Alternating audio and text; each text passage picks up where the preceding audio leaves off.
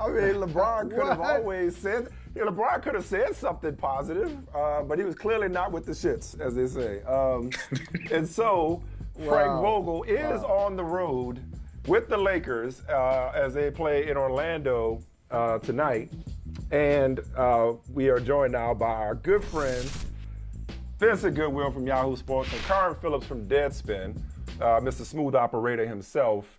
There it is. Fellas, listen, right now, Vinny, no change is going to be made. They're not going to fire him. But that Pacers loss doesn't look as bad given what the Pacers did to the Warriors who were struggling themselves last night. Nonetheless, they lose to the Magic tonight. Given everything that's going on. I find it hard to believe that the Lakers don't make some kind of panic, give the mob what they want move and fire Frank Vogel. But we all know that that's not the problem in and of itself. So, Vinny, start with you then, Carron. There's not one solution, as you wrote on Yahoo, but is there a solution that could get this thing going in the right direction? Or, as I believe, are the Lakers just fatally flawed? A clock, maybe. Turn back time. You know what I mean? The hot tub time machine, something like that. Maybe that can happen. But when I said there's no one person to blame, I literally mean there's not a single person. It doesn't mean that there isn't a bunch of responsibility, not necessarily blame, but responsibility to go along. And let's be honest here, two things. Just like in the NFL, I think when you have a coach, you can make a case to fire 75% of the coaches if you truly wanted to. Whether it's justifiable or not, you can make the case. You can go across the board from the NBA and the NBA and the NFL, the two major sports, and say, you know what? I can have a case to fire Mike Tomlin, even if I wouldn't. I can have a case to fire this coach, that coach. Same thing goes here. And if you are being judged on a game-by-game basis, where we're talking about you making a road trip, you've already lost your job. You just don't know it. You're going to come home and them keys ain't going to be able to get through that door. That's what that is. Like, that's never happened to me before. I ain't never been kicked out of a happy home because I ain't never lived in Sin. You just heard about it. You just hear about the locks being changed when you come home and you're not sure which way did he go. What happened? Carron? It's a wrap. Vinny has written about it. He's talked about it. I don't know what the Lakers are supposed to actually do here, but I think we're all in agreement that it's not Frank Vogel's fault. Like, no matter who they bring in or whoever is promoted in the interim position, or they go get someone in the offseason, right? Who in the NBA right now, think of a coach that could make this roster better the way it is constructed. Like, this team – we can talk about the injuries that have happened, right? Cool, we understand all that. But the lack of shooting, the lack of point guard play, and the lack of, I'm not going to say defense because that's too easy to state and just say, right? The lack of paying attention to detail on defense is what, and those three things is what has killed this team. And there's nothing that a coach can magically do if they come in and wave them one is going to fix that. Like, this roster just isn't constructed the way that it needs to be, especially when you have this many older guys. So, yeah, they're going to blame this on Frank because it's just what the Lakers do. But like Mystical said, it ain't his fault. All right. Hey, we're mystical with it. Okay, I'll take it. Okay, miss. All right, listen. I got this. Just yes or no. Simple. Don't give me explanations. Yes or no on this question about the Lakers. Starting with you, Carron, and we'll go Vinny on it. Do the Lakers make the playoffs? Do they make the playoffs? Yes or no? Vinny? Yeah, they make the playoffs. Okay. I'm going to tell you they're not going to make the playoffs because they're going to be a play-in team and they won't make the playoffs. But anyway, but let me ask you about somebody who will make the playoffs. Somebody good? I was watching them last night, fellas. And I was just like, they got DeAndre Ayton out. He ain't even playing. They are just so good. They're better than they were last year, the Phoenix Suns. And it's amazing to me, Vinny, that they're playing like this. It's almost like the Robert Sarver questions came up. They were in a winning streak when the Sarver questions came up. Probably lost the game, then took off on another level. They just wiped up, took all to give me all of these on a 5-game road swing. Tell me, like, Give me the flaw, Vinny, of the Phoenix Suns if you see one. Well, I think the thing about the Phoenix Suns that's most impressive is they know who they are. They play to their character. And I know that sounds really, I guess, simple and everything else, but think about how many teams that you know from a night-to-night basis that stylistically they will change and morph based off of who their opponent is or what day of the week it is or who's not there. And that's not the Phoenix Suns at all. They play discipline. They play under control. They play like a team that had its heart broken, but they're coming back for more. And usually when you see teams lose in the NBA Finals, one of two things happens. Either they have a sort of steeled resolve or they go back down into the corner. And as old as Chris Paul is, Chris Paul looks as effective and as spry as he has over the past couple of years when he was playing with Oklahoma City in his first year in Phoenix, and people were trying to figure out if he's still, if he's still that guy, and he still is that guy, even if Devin Booker, I believe, is the best player on that team. Like Golden State jumped out to that big lead, and Steph Curry became the MVP, basically in the first month of the season. But Phoenix has played true to character and consistently from the start of the season to now. You would be hard pressed to find a team. In my belief, I think that the Western Conference Finals goes through Phoenix. There's not a lot of variance in how they perform from a night-to-night basis. And you look and tell me consistently who performs better than them. Best team in the league, Carron? Right now in the regular season, but I see a huge flaw in Phoenix that everyone seems to ignore or haven't realized yet. And it always shows up in playoff matchups, like in Milwaukee. And it showed up early in the series against the Lakers before they fell apart. It's the fact that they don't have a third guy who can go get a bucket. Look, Ayton, we know what he's done. He didn't get his money in the offseason. He was pissed off.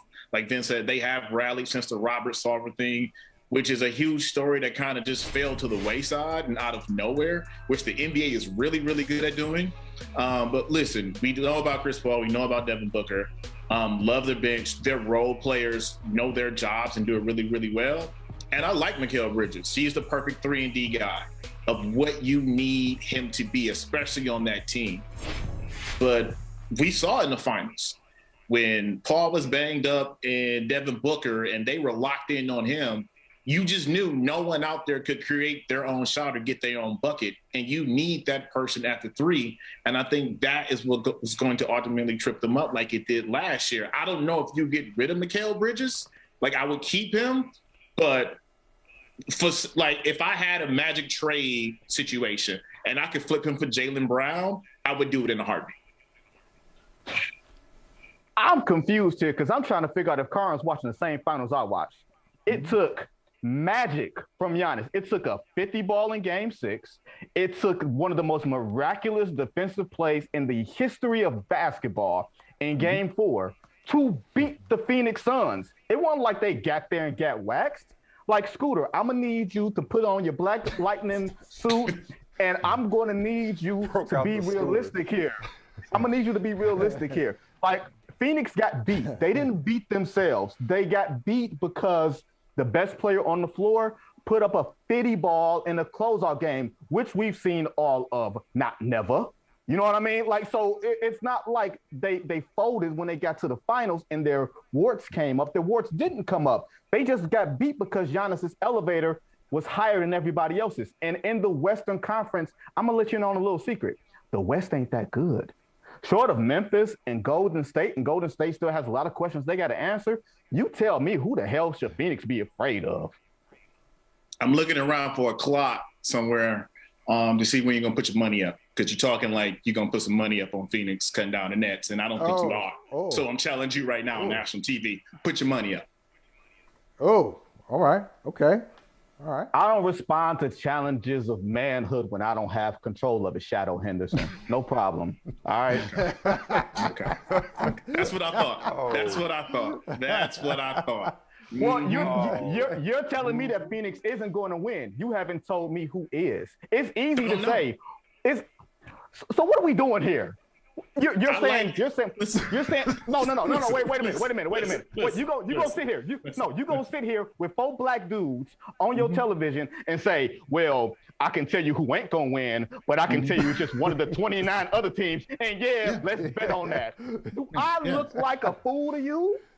Yeah, you know, because you just said it. You answer that question.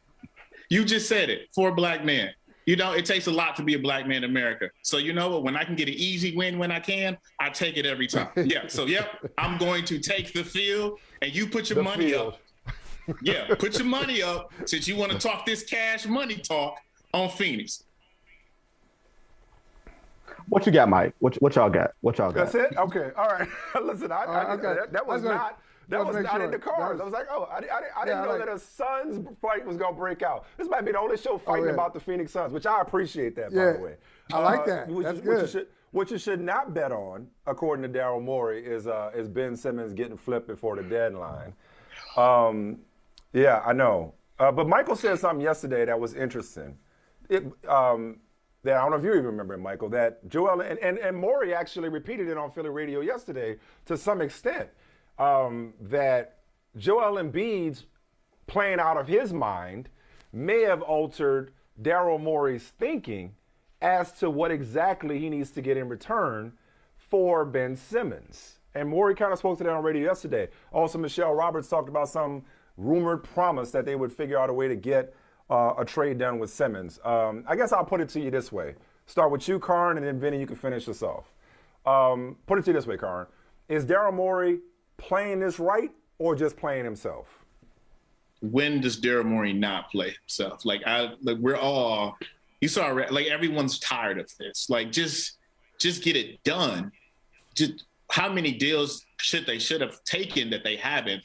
And the longer this goes on, the value of what they thought he was, and we know him to be, lessens, but for some reason, Daryl Morey just think he's going to come out of this deal looking like he won the lottery or something. I just don't get it. Just get it done. I was talking to someone a couple weeks ago, and I was watching the Sixers game, and they mentioned Simmons, and I literally was like, oh, I forgot all about him. I forgot he played in the NBA because it's been that long. And kind of the Kyrie Irving stuff was one of the major headlines, and we know his situation and how that's going on. But I totally forgot about Ben Simmons, and it feels like the team is used to not having him. So just get him out of there, man, because what are we doing? He does this so much. The China situation, the Harden situation, I just don't understand. And I know he was on talk radio in Philly a couple months ago, and I listened to a little bit of his interview. He's kind of like Kyrie, where he just thinks he's the smartest guy in every room he's in, and is like, go read a book, man, or audio book, or whatever you do, because this ain't working at all. No, the problem is he's read too many books, and he thinks that the books equal life. You know what I mean? And when you talk about making a sucker's bet, I think you were looking at me, Carron, like I'm Daryl Morey, like I'm the fool, like I'm the mark. No, that's not the case. Do you guys not find it funny? Because we're all journalists at heart. We all know how the game works. Do you not find it funny and quite peculiar that over the past couple of days, before Daryl Morey goes on talk radio, we start getting all these quote unquote packages that Philly has been offered from all these different outlets and all these different teams? Doesn't that sound kind of fishy to y'all? Doesn't it sound a little bit like Daryl Morey is trying to put everybody's business out in the street to drum up a market because he screwed this up from the beginning? Because he dropped Sacramento's name. Look, if that was a player doing that, that, we would say tampering. The league should come down on this clown and say, hey, if you have a player who's not playing, and that's already a frayed situation in itself, and you're saying, yeah, there's a trade with a team that we can make. Do you know that you're jacking up everybody else's locker room? You're jacking up everybody else's stuff because you've made a fool of yourself to begin with. This is like Daryl Morey going scorched earth, trying to ruin everybody else's Christmas because he jacked up. And here's the other problem. No matter what you get in return for Ben Simmons, it's better than what you've got because Ben Simmons ain't playing. And this is not you're going to trade for equal value or whoever gets the best player wins the trade. You don't have a player. he ain't playing for you. And he told you, I ain't playing for you. And you thought that you were going to play chicken with him. And guess what? You lost and you're looking like a sucker. I have never in the history of cell phones seen anybody hoop with a phone in their pocket. And when that footage came out of him with his phone in his pocket at practice, I was like, it's over. Yeah. It's over. Because if you're willing to do that, you're done. Yeah. Oh, man. Well, we are done here, man. Fellas. It's so good to see y'all. It's so good to, like, bring y'all aboard and y'all bring y'all black excellence to the show. Scooter. Speaking of excellence, I'm just trying to shine and be like the movie stars you two guys are. National Champions is in theaters. People, executive produced by Michael Smith, featuring Michael Holly. And Michael Smith's voice is heard before the movie comes on. He doesn't text back like he used to or return my calls the way he did before. That's how Hollywood he is. So don't exaggerate. I got my sunglasses on because I'm trying to be like him one day too. I ain't brand new. First of all, hopefully the film succeeded in spite of my participation. That's number one. Number two, I ain't nobody brand new. Ain't nothing changed but my change, Carl. You know that. Vinny, go ahead and get a light-skinned joke off before we go. I know that's what's coming. I was gonna say that's peak beige rage, not returning phone calls and everything else. That's peak beige rage. And Carron over there looking like Shadow Henderson with the Bleak Gilliam quintet with the sunglasses on. You know what I mean? Like let me in on the saxophone gig, Shadow. Come on now.